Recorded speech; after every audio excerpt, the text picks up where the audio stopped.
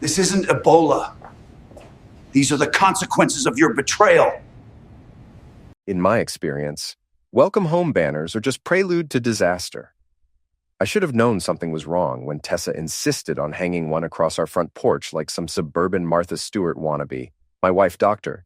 Tessa Ellery, infectious disease specialist and a parent expert in bringing home more than just medical knowledge from her 3-month humanitarian mission in West Africa. I'm Nick Ellery, 41 years old, ex-Marine turned hospital IT security chief.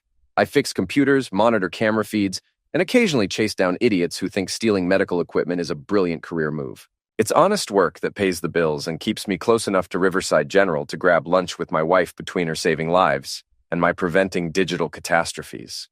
Or at least, that's how things used to work. The banner fluttered in the October wind as I pulled into our driveway, groceries for Tessa's welcome home dinner weighing down my arms. Maddie, our 15-year-old daughter, had inherited her mother's sharp tongue and my suspicious nature. She stood in the doorway, arms crossed. Dad, Mom looks terrible, like really terrible. She just spent 3 months in rural Guinea treating Ebola patients, kiddo. Cut her some slack.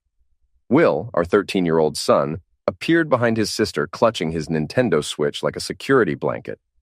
She's been throwing up all morning, and she keeps checking her phone every 5 seconds. Kids notice everything. It's both blessing and curse. I found Tessa in our bedroom, sitting on the edge of our king-size bed with her head in her hands.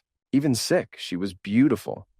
Auburn hair pulled back in a messy bun, green eyes that could stop traffic, and the kind of smile that had convinced me to propose after 6 months of dating. Today, though, she looked like she'd been hit by a medical textbook. Hey, gorgeous, rough flight? She looked up, and for just a second, I saw something in her eyes I'd never seen before. Fear? Guilt? Before I could process it, she was in my arms, sobbing against my chest. Nick, I need to tell you something. I think I might have been exposed to something in Guinea. I'm having symptoms. A chill ran through me. Ebola, Marburg, a dozen other hemorrhagic fevers that could end you in days. What kind of symptoms? Fever, nausea, fatigue, and... She pulled back, unable to meet my eyes. Some other things. I need to go to the hospital. Tonight. I called in every favor I had to get Tessa seen immediately at Riverside General. Dr. Patricia Hendricks, head of emergency medicine and one of Tessa's closest colleagues, took charge personally. Within an hour, Tessa was in isolation while they ran a battery of tests. Nick, try not to panic, Dr. Hendricks said, finding me pacing in the family waiting area. Her symptoms could be anything. Stress, exhaustion, a simple virus. But doctors don't isolate patients for simple viruses. I spent the night in that waiting room drinking terrible coffee and watching CNN repeat the same stories. Maddie and Will stayed with my sister, probably wondering if their mother was going to die from some exotic African disease. At 6 a.m., Dr. Hendricks found me again. Her expression was unreadable. Nick, we need to talk. Privately. She led me to a small consultation room that smelled like disinfectant and broken dreams. The kind of room where doctors deliver life-changing news. The good news is Tessa doesn't have Ebola or any hemorrhagic fever. The bad news is more complicated.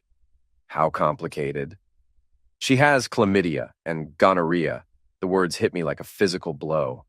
For a moment, I couldn't process what she'd said. Then reality crashed down like a building collapse. That's impossible. We've been faithful. I've been faithful.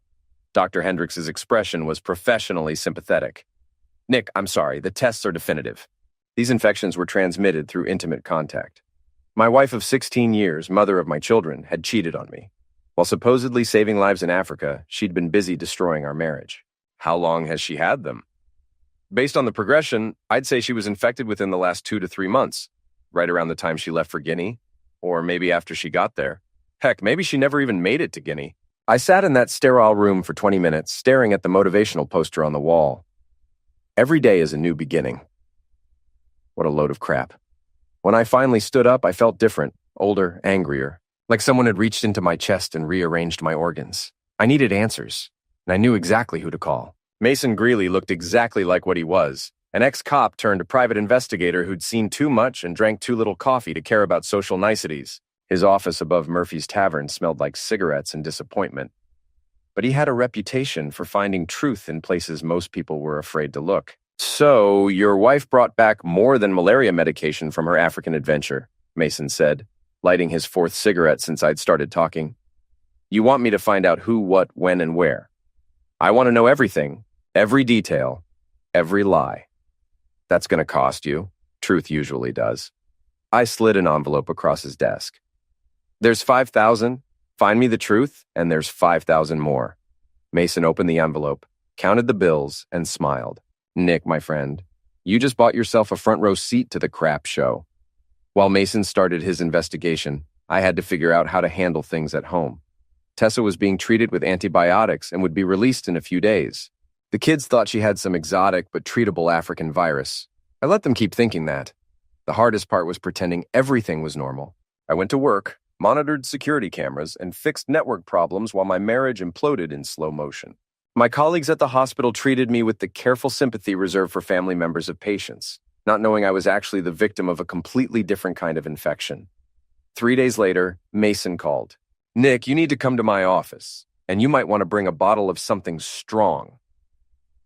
I found Mason surrounded by photographs, computer printouts, and what looked like surveillance equipment. His expression was grim. Your wife never made it to Guinea. What do you mean? I mean, Dr. Tessa Ellery spent exactly 0 days treating Ebola patients in West Africa. She spent 3 months in Portland, Oregon, shacked up with Dr. Owen Grant from the cardiology department. Owen Grant. I knew him. Arrogant, handsome, married with 2 kids. The kind of doctor who wore expensive suits and drove a BMW like it was a medical device. How do you know? Mason slid a stack of photographs across his desk. Hotel receipts, restaurant bills, and pictures that made my stomach turn. Tessa and Owen in restaurants, holding hands across candlelit tables. Tessa and Owen entering hotel rooms. Tessa and Owen doing things that definitely weren't covered by her medical license. There's more, Mason said. Your wife wasn't just having an affair. She was part of something bigger. He showed me printouts of text messages, social media posts, and financial records. Tessa had been involved with a group of medical professionals who organized what they called continuing education retreats. In reality, they were elaborate love parties for doctors, nurses, and other hospital staff. The whole thing was organized by Dr. Alexis Voss from psychiatry. She's been running these parties for 2 years, targeting married professionals looking for excitement. Your wife got recruited about 4 months ago. Dr. Alexis Voss. I knew her too, mid-30s, blonde, with the kind of predatory smile that made smart men do stupid things. She specialized in relationship counseling and had a private practice that catered to Riverside's medical elite. So Tessa didn't just cheat. She joined a cheating club. Gets better or worse, depending on your perspective. The group keeps detailed records. Photos, videos, financial arrangements, insurance, you might say. Mason handed me a flash drive. Everything's on there. Names, dates, locations, financial records. Your wife's been paying membership fees and participating in what they call professional development activities for months. I stared at the flash drive like it was a venomous snake. How many people are involved? 43 medical professionals from 5 different hospitals, including some names that would make front-page news if this got out. I pocketed the drive and stood up. Mason, you've earned your bonus. What are you going to do? I'm going to diagnose the problem and prescribe the appropriate treatment. That evening, I sat in my home office while Tessa slept off her antibiotics upstairs, and the kids watched Netflix in the living room. I opened the flash drive and started reading. What I found made my skin crawl. Tessa hadn't just cheated, she'd been documenting it.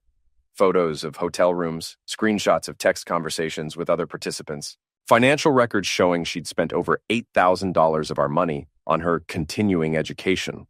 But the worst part was reading her messages to Owen and the others. She wrote about me like I was some boring obstacle to her so-called freedom. Nick's so predictable, she'd written. Military guys are all the same. No imagination. No imagination. We'd see about that. I spent the next 2 hours creating a comprehensive dossier. Names, faces, positions at various hospitals, financial records, and enough photographic evidence to destroy careers and marriages across the entire medical community. Then I started making phone calls. Julia Grant answered her phone on the 3rd ring. I'd met Owen's wife at hospital social events. Quiet, intelligent, the kind of woman who noticed everything but said little. Perfect for what I had in mind. Julia, this is Nick Ellery, Tessa's husband. I need to talk to you about something important, something about our spouses. Silence. Then, I was wondering when you'd call. We met at Riverside Park the next morning. Julia brought coffee and a manila folder thick enough to choke a horse. She looked tired but determined, like someone who'd been preparing for war. How long have you known? I asked. 6 months. Owen got sloppy with his phone passwords. She opened her folder and showed me printouts that made Mason's investigation look amateur. I've been documenting everything. Julia had bank statements showing Owen's payments to Dr. Voss's consulting firm, hotel receipts, credit card statements, and photographs that would have made a divorce lawyer weep with joy. Why didn't you confront him? Because I wanted to understand the scope of the problem first, and because I was hoping it would burn itself out. She sipped her coffee and stared across the park. I was wrong. We spent 2 hours comparing notes and building a comprehensive picture of what our spouses had been doing. The continuing education retreats were elaborate affairs held at expensive resorts. Participants paid membership fees, attended workshops on relationship enhancement, and engaged in what the organizers called professional networking.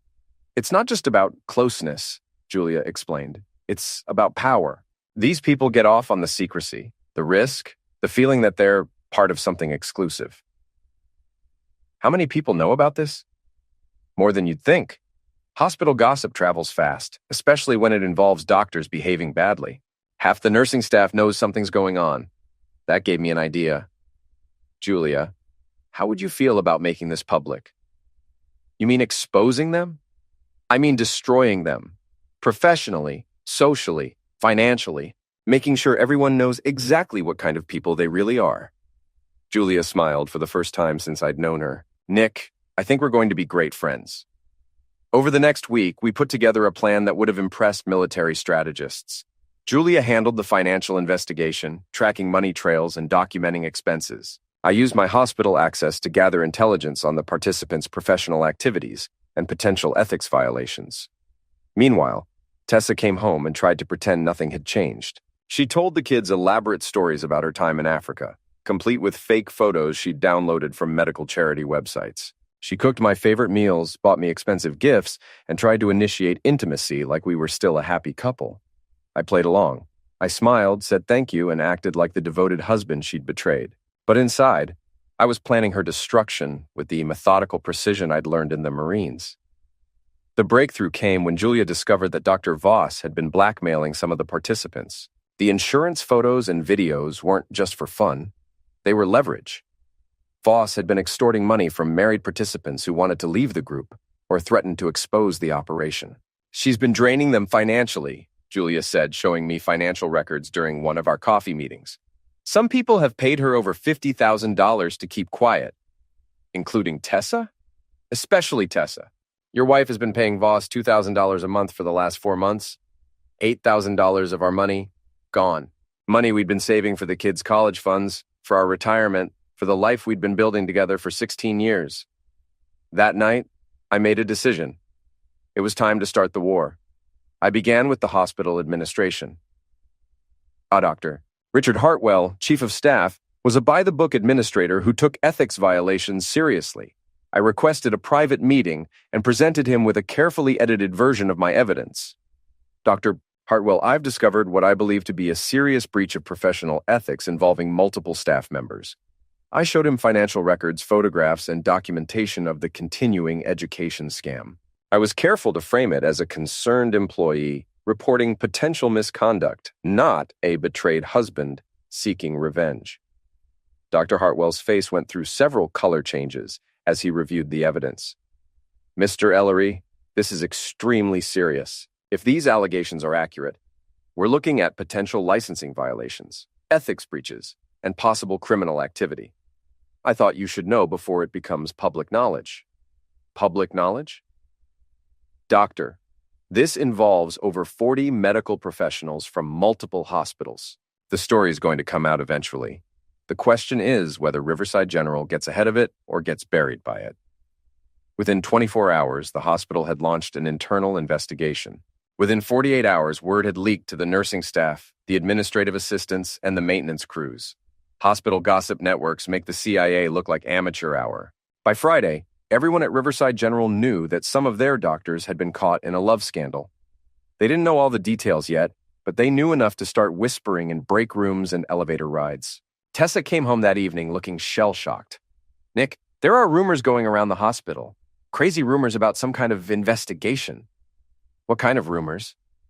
Something about doctors being involved in inappropriate activities. Professional misconduct. The administration isn't saying much, but people are talking. I looked up from my newspaper with practiced innocence. Sounds like typical hospital drama. You know how people gossip. But what if it affects me? What if people think I'm involved somehow? Honey, you've been in Africa for 3 months treating Ebola patients. How could you possibly be involved in hospital gossip? She stared at me for a long moment, and I saw recognition flickering in her eyes. She was starting to realize that her carefully constructed lies were about to collapse. Nick, we need to talk. About what? About us? About our marriage? About some things I need to tell you? I folded my newspaper and gave her my full attention. I'm listening. But before she could speak, my phone buzzed with a text from Julia. Owen's been suspended pending investigation. It's starting... I smiled at my wife. Sorry, honey, what were you saying? The Riverside General Hospital annual gala was scheduled for the following Saturday. 500 of the city's medical elite gathering at the Riverside Convention Center to celebrate another year of healing, innovation, and professional excellence. Under normal circumstances, Tessa and I would have attended together, smiled for photos, and made small talk about medical advances in hospital politics. These weren't normal circumstances. I don't think we should go, Tessa said, pacing around our bedroom while I adjusted my tie. With all the rumors and the investigation, it might be better to keep a low profile. Nonsense. You're one of the hospital's most respected doctors. Hiding would just make people think you have something to be ashamed of. The truth was, I wanted her there. I wanted all of them there. Because tonight was going to be the night everything came out. Julia and I had spent the week preparing. We'd leaked carefully selected information to key hospital staff members, ensuring that rumors would be flying by the time the gala started. We'd also prepared a special presentation that would be hard to ignore. The convention center was decorated in Riverside General's colors blue and silver streamers, elegant table settings, and a stage where Dr. Hartwell would deliver his annual address. I spotted Owen Grant immediately. He looked nervous, constantly checking his phone and avoiding eye contact with other attendees. Dr. Alexis Voss was harder to find, but I eventually spotted her at the bar, surrounded by a small group of participants from her continuing education program. They were huddled together, like conspirators, which, I suppose, they were. Nick, Doctor. Patricia Hendricks approached with a warm smile. Good to see you here. How's Tessa adjusting to being back? She's doing well, still recovering from her African adventure. Dr. Hendricks's smile faltered slightly. Yes, well, I'm sure the transition has been challenging. Interesting. Word was spreading faster than I'd anticipated.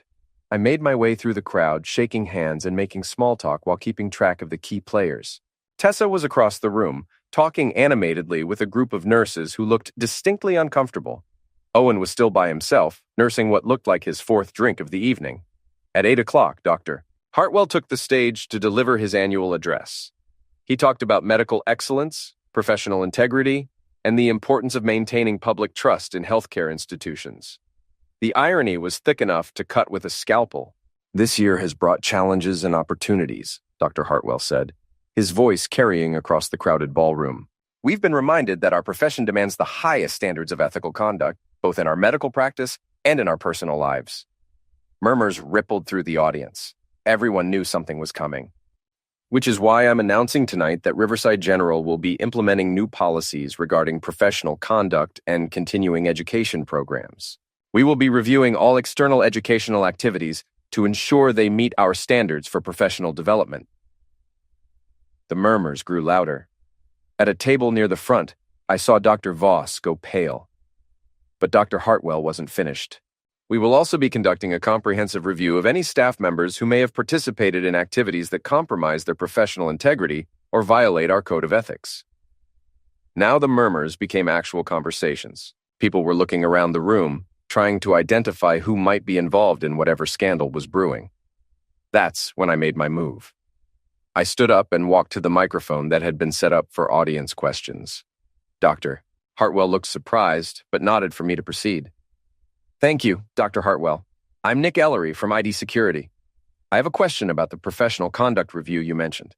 Yes, Mr. Ellery? I'm wondering if this review will include staff members who have been participating in what they call continuing education retreats that are actually elaborate love parties funded by membership fees and organized by Dr. Alexis Voss? The silence that followed was deafening. 500 people stopped breathing simultaneously. Dr. Hartwell's face went through several color changes. Mr. Ellery, this is not the appropriate forum for— Actually, doctor, I think it's the perfect forum, because I have documentation showing that over 40 staff members from multiple hospitals have been participating in these activities, including financial records, photographs, and evidence of blackmail. The room erupted. People were standing, shouting questions, pulling out phones to record what was happening. I saw Tessa across the room, her face white with shock and horror. Furthermore, I continued, my voice carrying over the chaos, I have evidence that some participants, including my own wife, Dr. Tessa Ellery, have been lying about their professional activities. Dr. Ellery claimed to be treating Ebola patients in West Africa when she was actually participating in these love parties in Portland, Oregon. That's when Owen Grant lost it.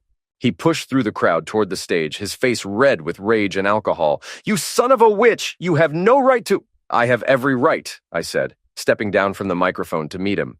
I have the right to expose liars, cheaters, and blackmailers. I have the right to protect my children from parents who think marriage vows are just suggestions. Owen swung at me. I'd been expecting it. I ducked his clumsy punch and grabbed his wrist, using his momentum to spin him around and pin his arm behind his back. 16 years of marriage hadn't made me forget my military training. Ladies and gentlemen, I announced to the crowd of shocked onlookers, meet Dr. Owen Grant, cardiologist and homewrecker. He's been having an affair with my wife for the last 4 months while his own wife has been taking care of their children. I released Owen, who stumbled and nearly fell. He looked around the room at hundreds of people staring at him with disgust and fascination. This is insane, he stammered. You're insane. Tessa, tell them this is crazy. But Tessa was already gone. I saw her pushing through the crowd toward the exit, desperate to escape the humiliation. Dr. Voss tried to follow her, but Julia Grant stepped into her path. Dr. Voss, Julia said, her voice carrying clearly through the room, I believe you have something that belongs to my husband and me. About $50,000 worth of something. The crowd was eating this up. Medical professionals love drama as much as anyone else, especially when it involves colleagues they've always suspected of being corrupt. Security guards were moving toward the stage, but Dr. Hartwell waved them off. He stepped back to the microphone. Ladies and gentlemen, I think it's best if we end this evening's festivities. Thank you for your attendance, and please drive safely. As people began filing out, I found myself surrounded by hospital staff, asking questions, offering support, and sharing their own suspicions about the participants in Dr. Voss's program. Nick, Dr. Patricia Hendricks said, pulling me aside. I had no idea about any of this, about Tessa, about the affairs, about the lies. Most people didn't. That was the point. What are you going to do now?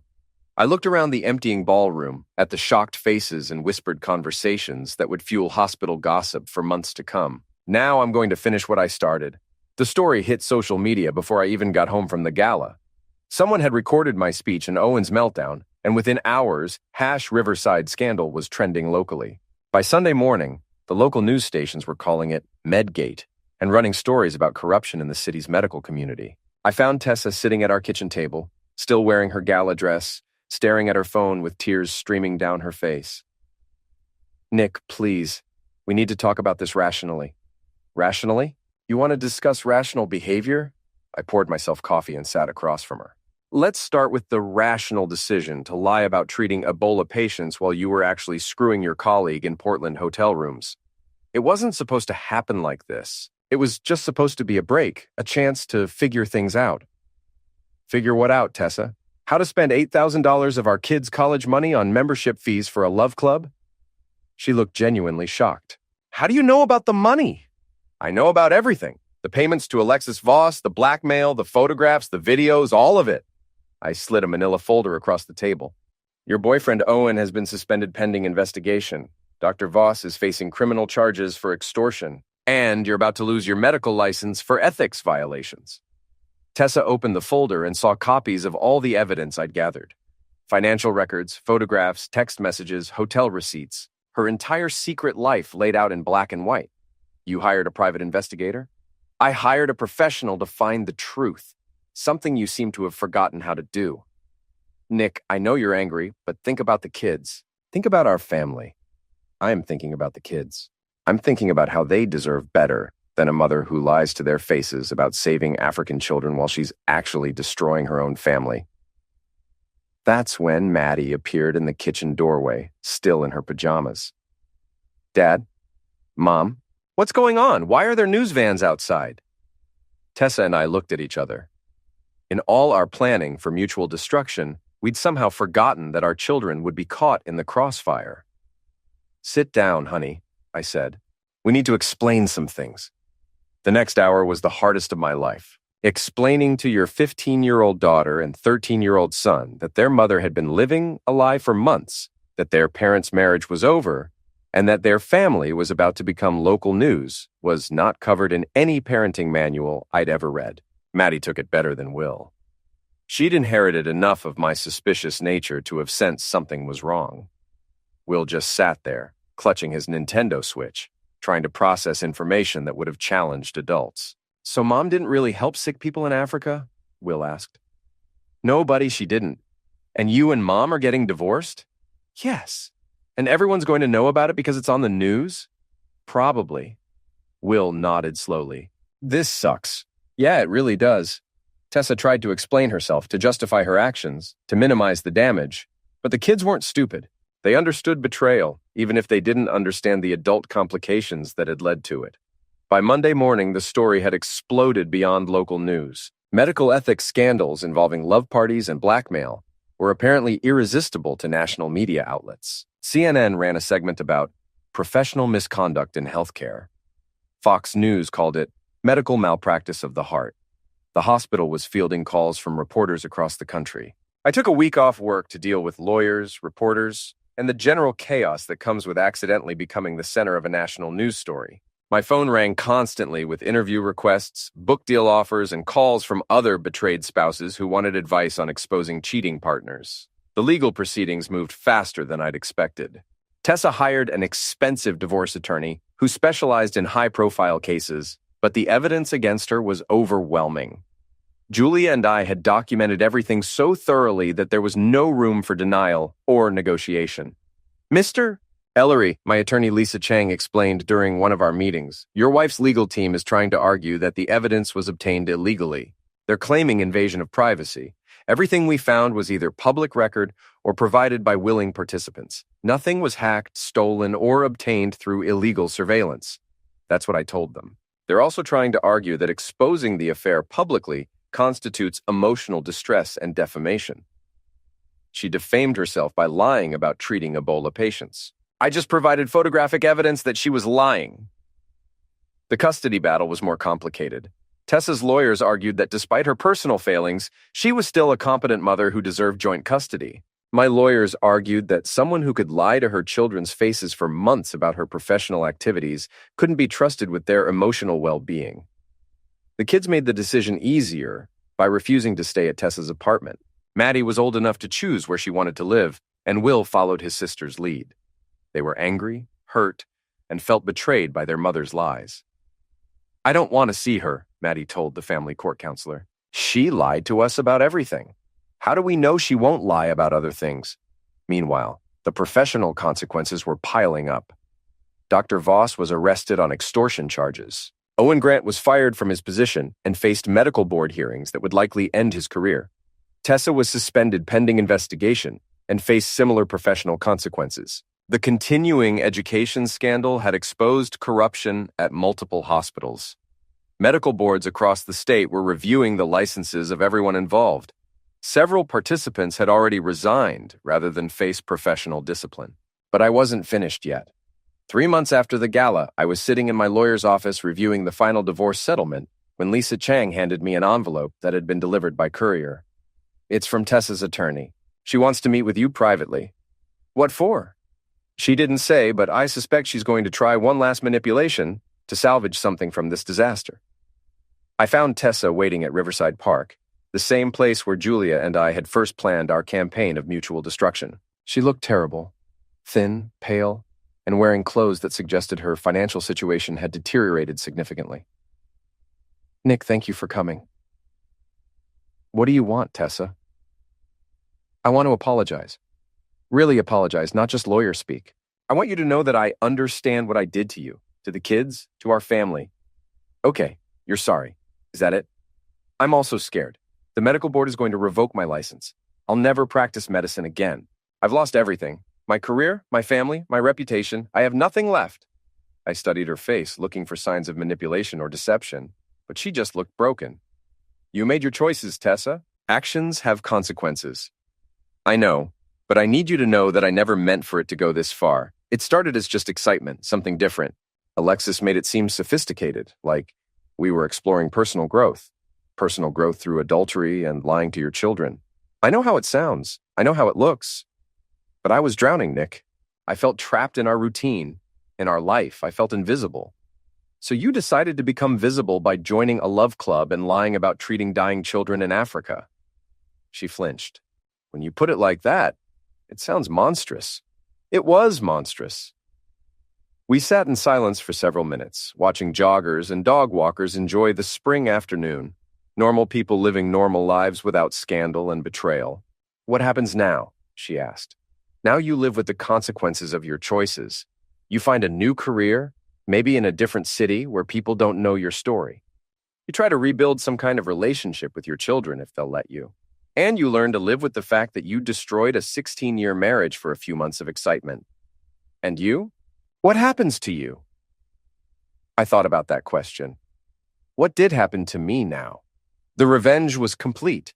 Tessa had lost her career, her reputation, and her family.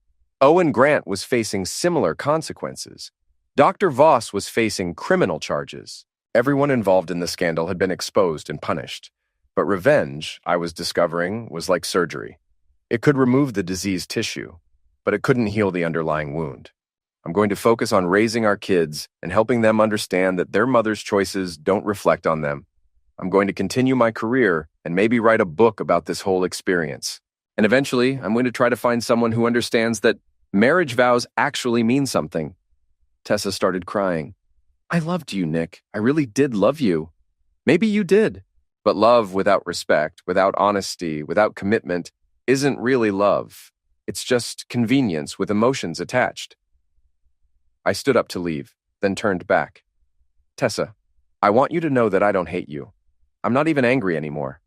I'm just disappointed. You had everything. A career you loved, children who adored you, a husband who would have done anything for you. And you threw it all away for something that wasn't even real. It felt real at the time. That's the problem. You confused feeling with reality. You confused excitement with happiness. You confused secrecy with sophistication. And now you get to live with the reality of those confusions. I walked away from her sitting alone on that park bench, crying over the wreckage of a life she destroyed through her own choices. The divorce was finalized 2 weeks later. I got the house, primary custody of the kids, and most of our assets.